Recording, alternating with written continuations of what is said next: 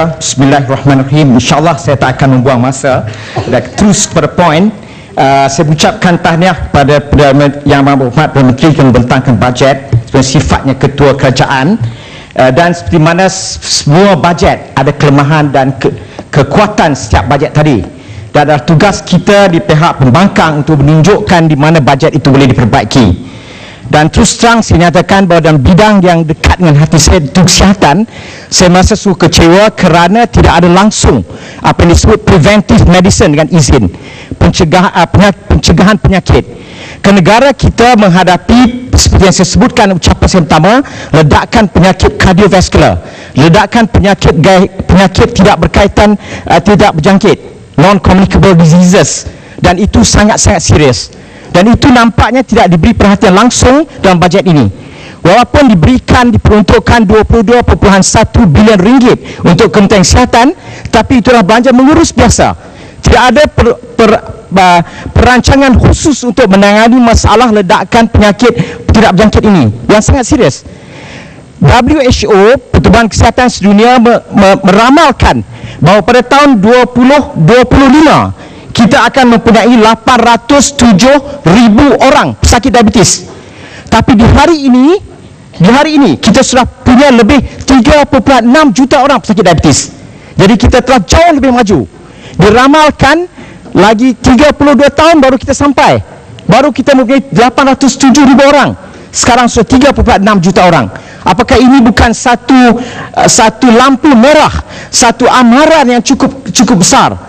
Kerana kalau pesakit diabetes yang 36 juta orang ini akan mempunyai masalah-masalah, tidak dapat bekerja, rosak buah pinggang, stroke, sakit jantung, gangren, dipotong kaki dan lain-lain lagi, buta dan berbagai komplikasi lagi. Ini akan berlaku dan akan menyebabkan negara kerugian berbilion-bilion ringgit. Dan kalau kita tengok obesiti, kita yang tertinggi di rantau ini, semua ini berlaku dan berlaku setiap hari.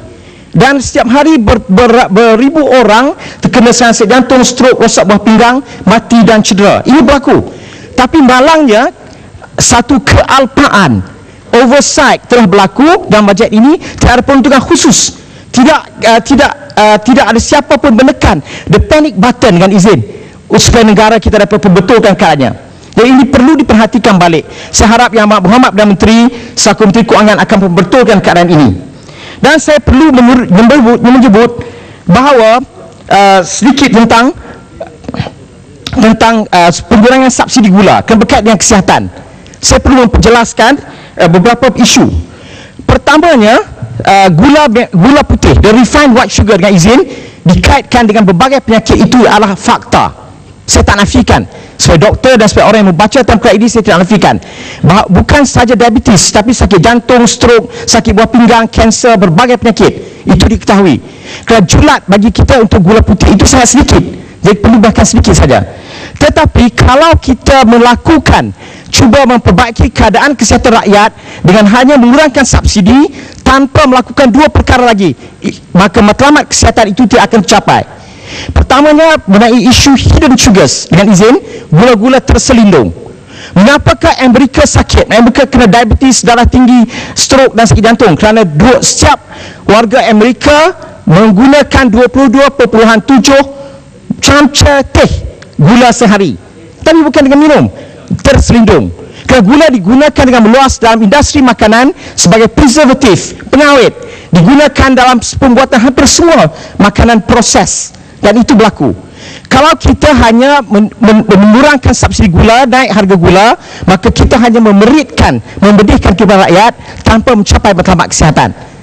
Isu ini perlu diatasi. We have to address this issue properly. Dengan izin, kerajaan perlu bersedia duduk dengan, minta maaf, mohon maaf kata tak masa. Kerajaan perlu, jangan laju sangat. Kerajaan perlu, jangan macam please.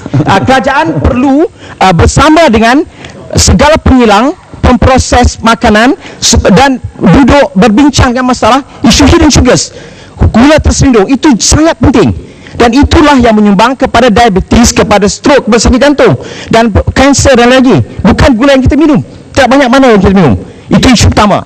Keduanya, kesedaran itu perlu diberi dengan cukup mantap. Yang dilakukan oleh RTM, TV3 semua sekarang tak cukup. Kesedaran itu perlu sampai kepada setiap rakyat Malaysia. kempen yang agresif perlu dilakukan. Ini yang kita sebut dalam bajet Pakatan Rakyat. Setiap rakyat Malaysia perlu difahamkan bahaya gula. Barulah langkah itu, gula naik tadi memberikan impak yang baik. Kalau tidak, seperti rokok naik harga tu orang masih isap seperti biasa. Jadi itu perlu dilakukan. Dan untuk itu, untuk mencegah penularan penyakit tidak berjangkit ini, diabetes, obesiti, sakit jantung semua, maka kita menyusurkan dalam bajet Pakatan Rakyat yang saya terlibat menyediakannya, sudah dilakukan saringan massa, mass screening dengan izin.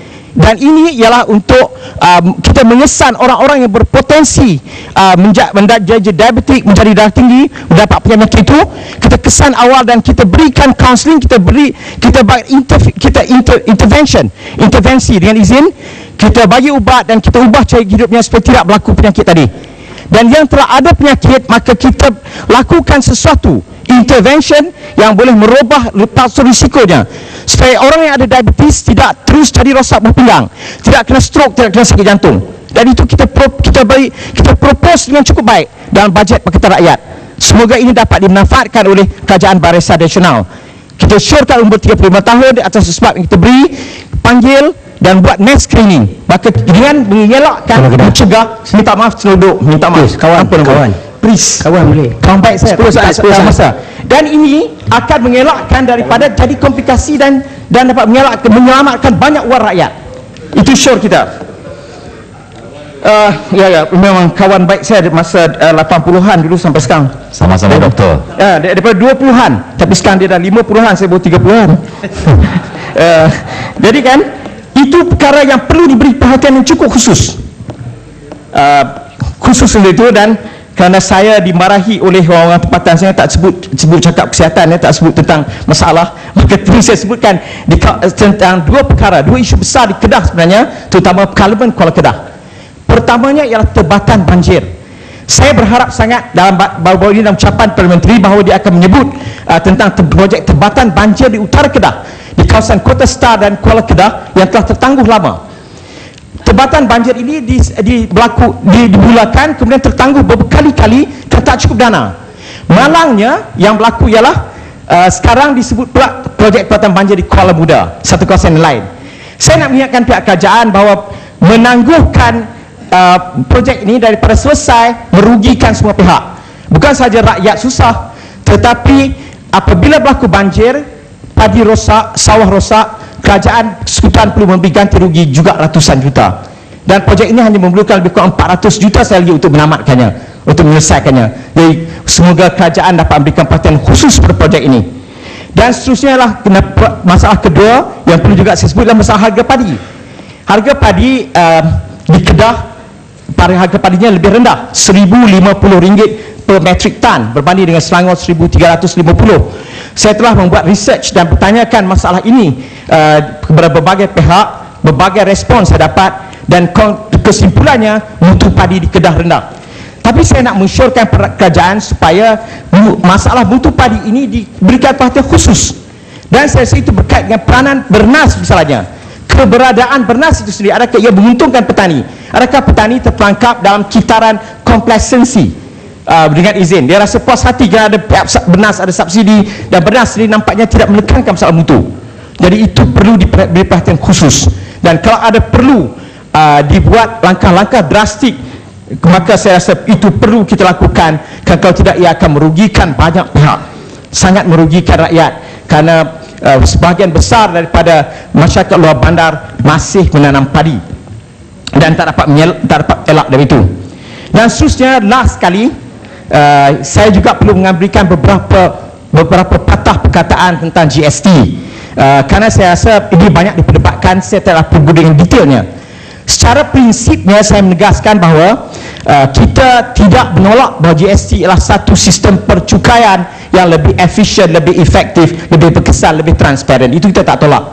Cuma kita berasakan kita tidak ada the moral right dengan izin untuk melaksanakannya ketika berlaku begitu banyak kebocoran dan rasuah. Kerana inilah punca negara berdarah, hemorrhaging a lot of fund dengan izin. Maka kalau itu tak kita tutup dulu, kita menyusahkan orang miskin, itu satu perkara yang tidak baik.